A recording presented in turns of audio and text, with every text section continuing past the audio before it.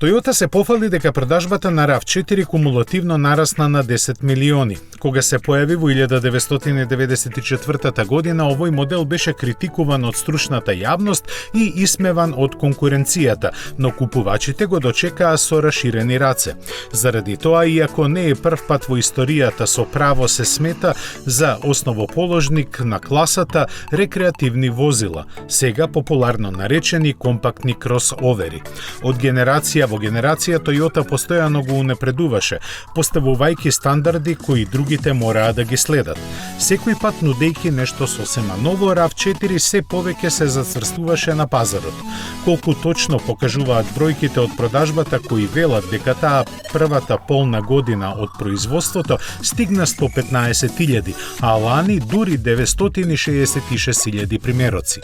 Тој сега е глобално најпродаван модел во сегментот што го дефинираше и четврто рангиран воопшто меѓу сите типови возила. Новата генерација уште повеќе ќе ги подобри овие успеси, бидејќи се очекува да направи значаен исчекор во својата плагин хибридна верзија, која ќе се појави во втората половина од годинава.